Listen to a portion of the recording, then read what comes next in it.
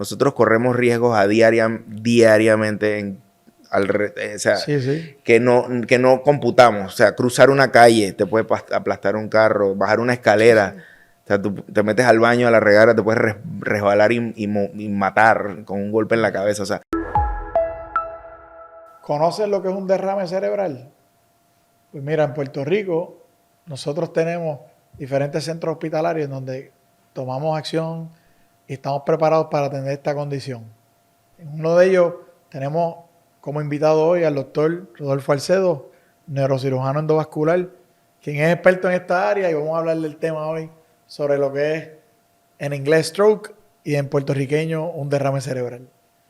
Así que sé que tú has escuchado este término muchas veces en tu práctica diaria, y sabemos que estás en Menonita, donde ustedes tienen un centro comprensivo allí del manejo de stroke, y recientemente tuvieron una designación y una certificación sobre centro comprensivo por la Joint Commission en el manejo de stroke, y eso pues creo que es bien beneficioso para Puerto Rico y para nuestros pacientes.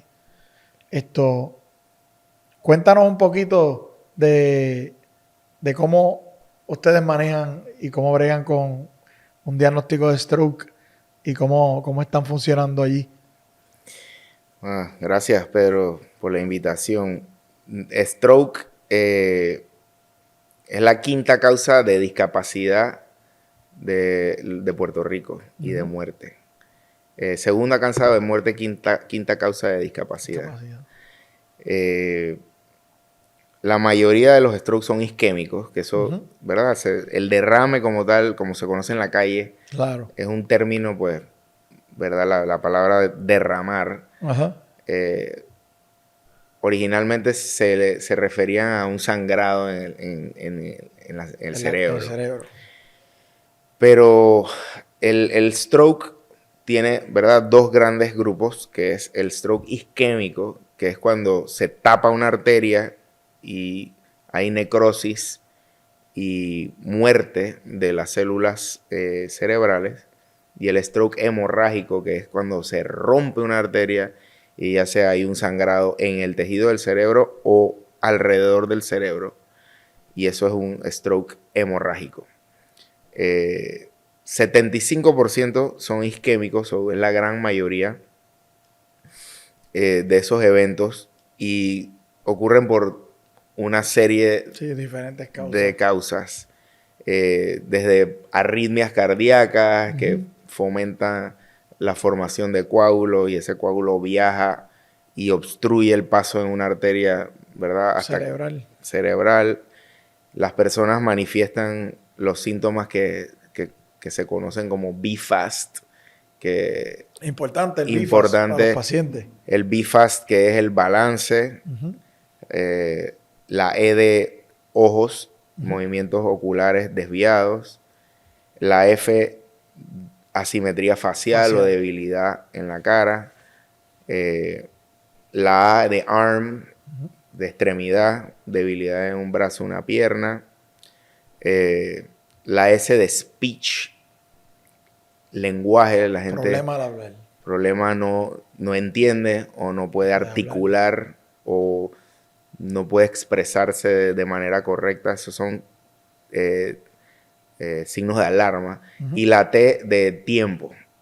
Del tiempo se está acabando, se está muriendo el cerebro, llamen al 911, corran para un centro que pueda atender stroke o ictus, ¿verdad? Sí, y es bueno que lo mencionemos esto, porque parte de nuestra labor, ¿verdad? Y por la razón primordial que hacemos este tipo de colaboración, ¿verdad?, en este podcast de educación a nuestros seguidores y a los pacientes, es precisamente concientizarlos de cosas, ¿verdad?, que ellos pueden alertarse, en la cual ellos pueden ser los primeros, ¿verdad?, en identificar que algo les está ocurriendo, o ayudar a otro, ¿verdad?, ayudar a un familiar, un abuelito, un primo, un hermano, porque en la cadena del manejo de esta condición sabemos que el tiempo es lo más importante. El tiempo es cerebro y tenemos que actuar, y queremos concientizar a nuestra población a que reaccionen como ya hoy día se reacciona con el dolor de pecho.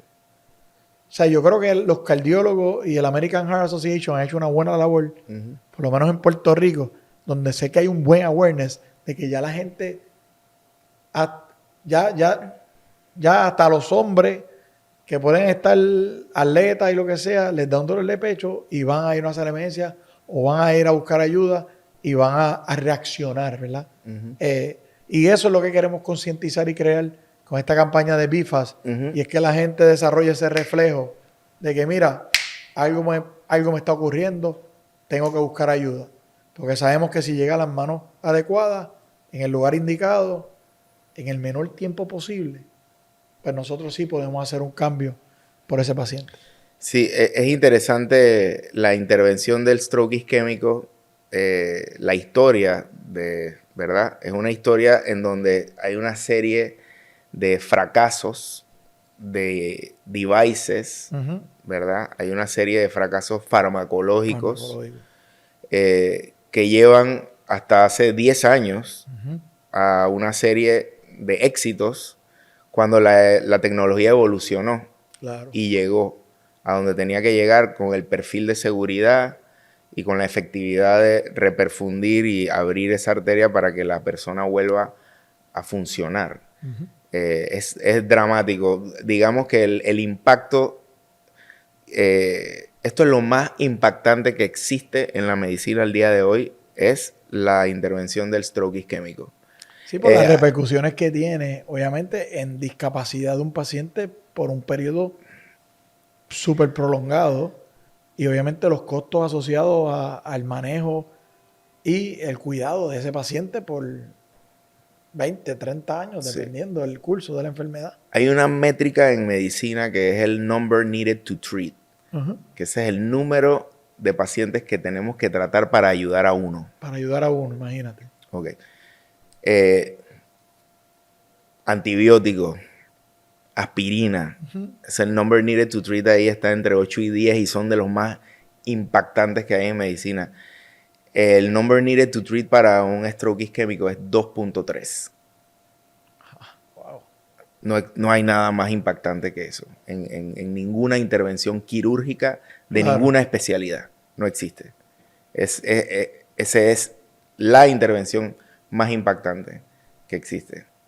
Porque la efectividad y el cambio, ¿verdad? Dramático. Son pacientes que se reperfunden, se abre la arteria, empiezan a mejorar en el momento. Y obviamente es súper rewarding. Sí, gratificante. Gratificante, perdón, sí.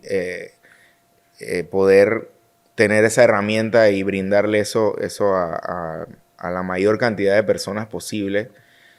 Pero para poder que eso ocurra, tienen que llegar a un sitio donde existe la posibilidad de hacer eso. De hacer ese manejo. Desafortunadamente, ¿verdad? En Puerto Rico solamente hay un sitio donde ese procedimiento se ofrece 24/7. Y obviamente la carga de toda la isla recae en este sitio y no es sostenible. Claro. ¿Verdad? No es sostenible por la capacidad de camas, es un solo sitio, ¿verdad? Sí, la capacidad de recursos, punto. El día 4 y 5 de septiembre nos visitó la Joint Commission y nos asignó como Comprehensive Stroke Center. Esto histórico, nunca había existido en Puerto Rico, varios intentos, varios fracasos, por múltiples motivos que no vienen al caso de discutir ahora, pero el punto es que llegamos y yo pienso que es algo bueno para la isla, para la población de aquí, tener el acceso y el conocimiento de cuándo y cómo llegar a un sitio donde te puedas atender en una situación como esta. En Puerto Rico se calcula, según el CDC, ¿verdad? Ellos calculan que hay 2.400 large vessel occlusions, o sea, oclusión de un vaso grande del cerebro, anuales aquí. Y obviamente no todos, ¿verdad? Se les puede ayudar a los 2.400 Sí. por Sí, obviamente tienen... las restricciones que existen, no llegan a tiempo. Sí, sí, la cadena completa, hay mucha Lle- oportunidad de mejorar. Hay Muchísimo, mucho, mucho, empezando mucho por la cadena de concientización de pacientes, concientización de nuestra comunidad, de nuestros colegas. concientización vamos a empezar por el sistema de emergencias médicas, los paramédicos, la manera en que está estructurada el sistema de comunicación de los paramédicos con los hospitales y los CDT, que hay unas ambulancias que nada más te llevan a tal hospital y si no, no te pueden llevar al otro. Este es el que tienen contrato porque la aseguradora le paga nada más que si lo llevas aquí y si no, no lo llevas. Yo, en lo personal, con familia, me he encontrado con muchas situaciones que uno va conociendo en el camino, pero eso es otro mundo, el mundo de, de, de la cadena, ¿verdad? Del Claro. eslabón, ¿no? Sí, Primario, hay una atención prehospitalaria y hay prehospitalaria. una atención hospitalaria. Y en el área prehospitalaria hay, ¿verdad?, un terreno fértil para mejorar desde el punto de vista país, proyecto de Estado. Uh-huh. Pero hay compromiso. Yo siento que hay compromiso y ellos, uno los retroalimenta y les brinda, ¿verdad?, información del caso que trajeron. Le dice, mira, lo hiciste bien, trajiste a la persona al sitio correcto, en el momento correcto, y este es el resultado de haber hecho eso bien. Y eso lo aprecian, porque todos crecemos y aprendemos Claro. de cada uno de estos casos que logramos hacer. Obviamente hay ciertos factores aquí que predisponen o hay como el caldo que se está cocinando para un stroke, que obviamente Sí, no, aquí es perfecto. Tenemos la incidencia de diabetes más alta, tenemos hipertensión, tenemos colesterol, tenemos obesidad, tenemos smoking, ¿verdad? Fumar, sedentarismo. sedentarismo. O sea que aquí tenemos una población en donde tenemos una alta concentración de factores de riesgo. Y si visitamos los nursing homes de nuestro país y hacemos un estudio y evaluamos, hay una gran mayoría de esos pacientes que están en los nursing homes a consecuencia de que sufrieron algún tipo de stroke en algún momento en la cadena de eventos, ¿no?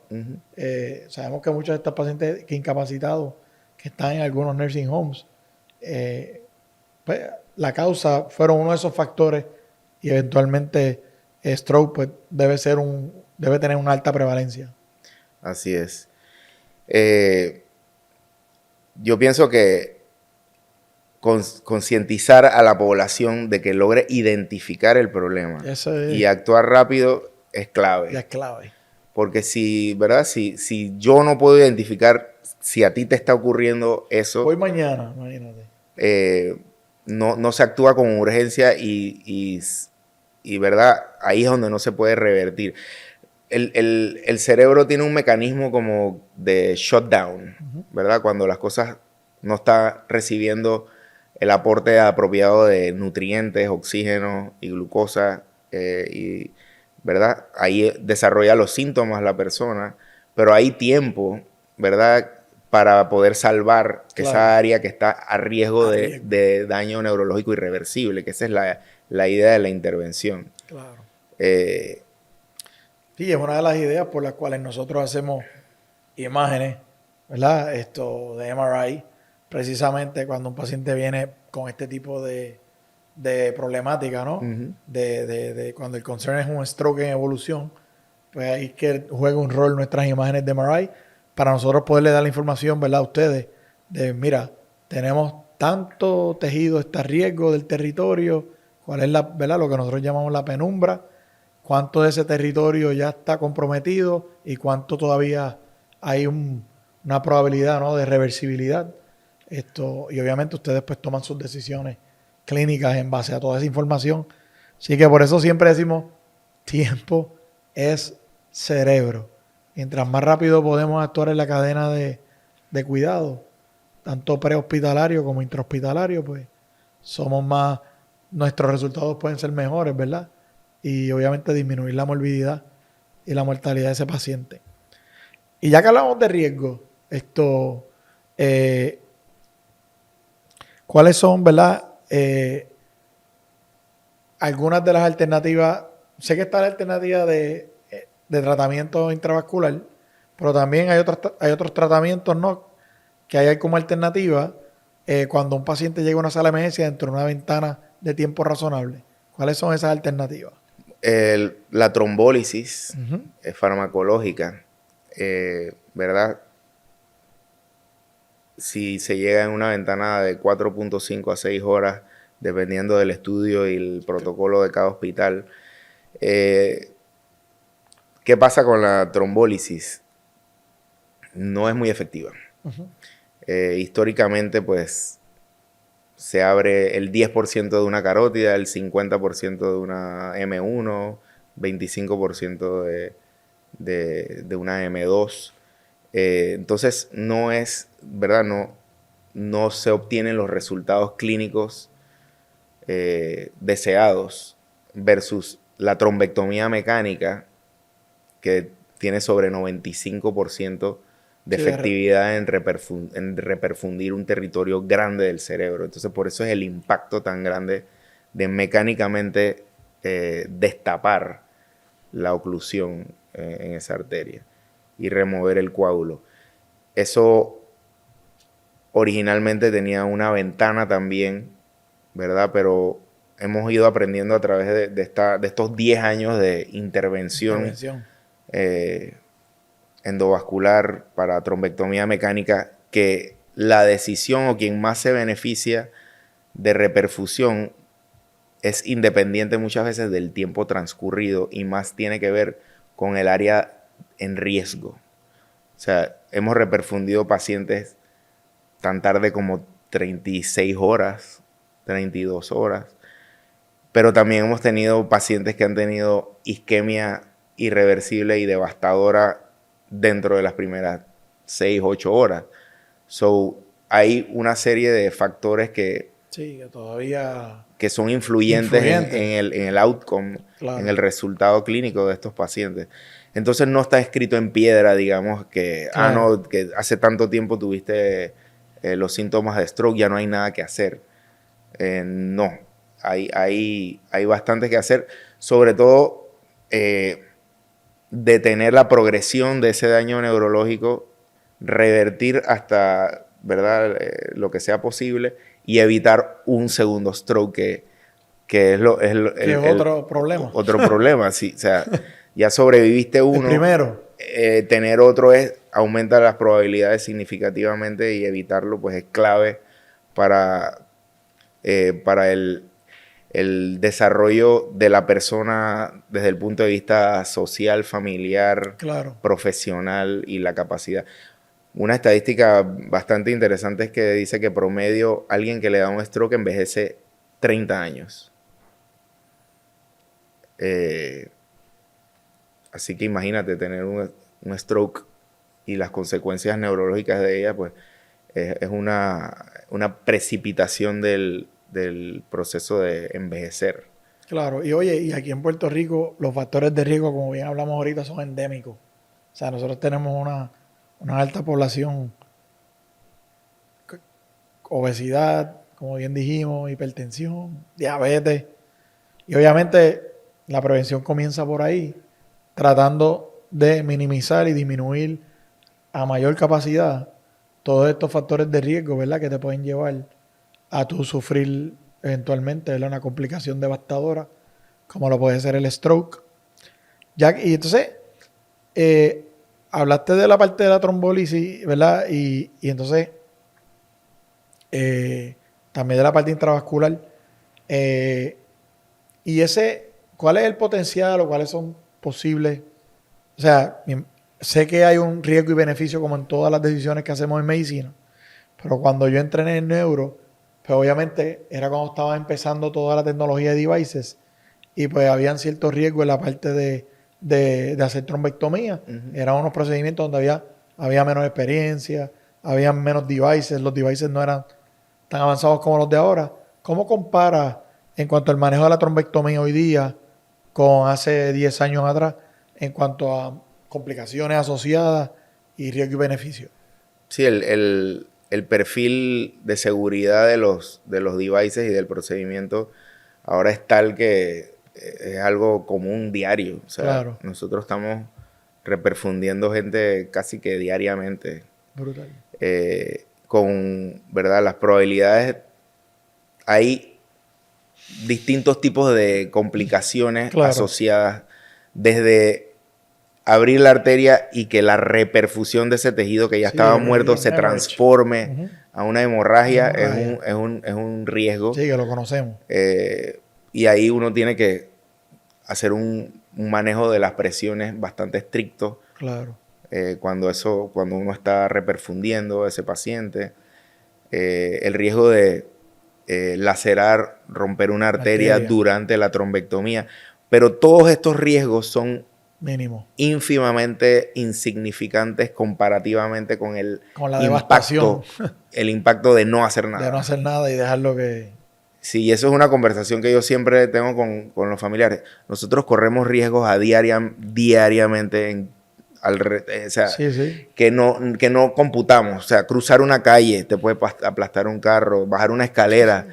O sea, tú te metes al baño a la regadera, te puedes resbalar y matar con un golpe en la cabeza. O sea, son riesgos que todos los días tomamos. De estos, los riesgos los tenemos bastante cuantificados y conocemos cuáles son. Exacto. O sea, es como la gente compara. Yo guío mi carro diariamente, tú también. Eso es más peligroso que montarse en un avión, pero la gente no lo contempla de esa manera. Claro. Así que desde el punto de vista de stroke isquémico, el riesgo que presenta abrir esa arteria realmente no tiene mayor impacto sobre las consecuencias de no hacer nada, claro, que sabemos cuáles son.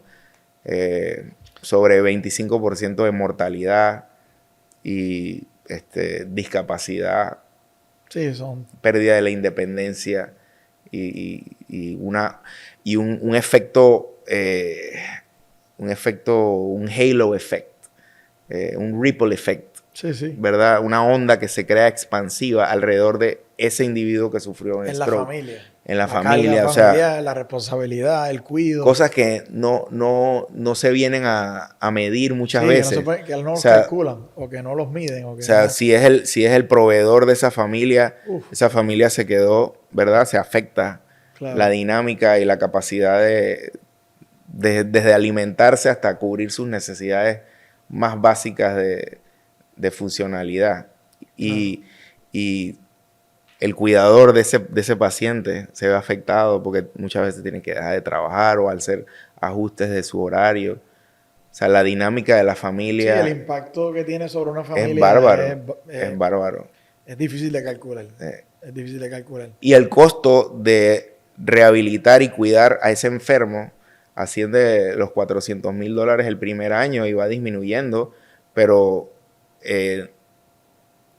el costo de hacer la intervención y reperfundir ese cerebro, cuando tú lo pones en una gráfica, puntualmente es en el momento de la intervención versus el gasto acumulativo de todo ese proceso de rehabilitación y cuidado de todas las complicaciones que conlleva un stroke isquémico.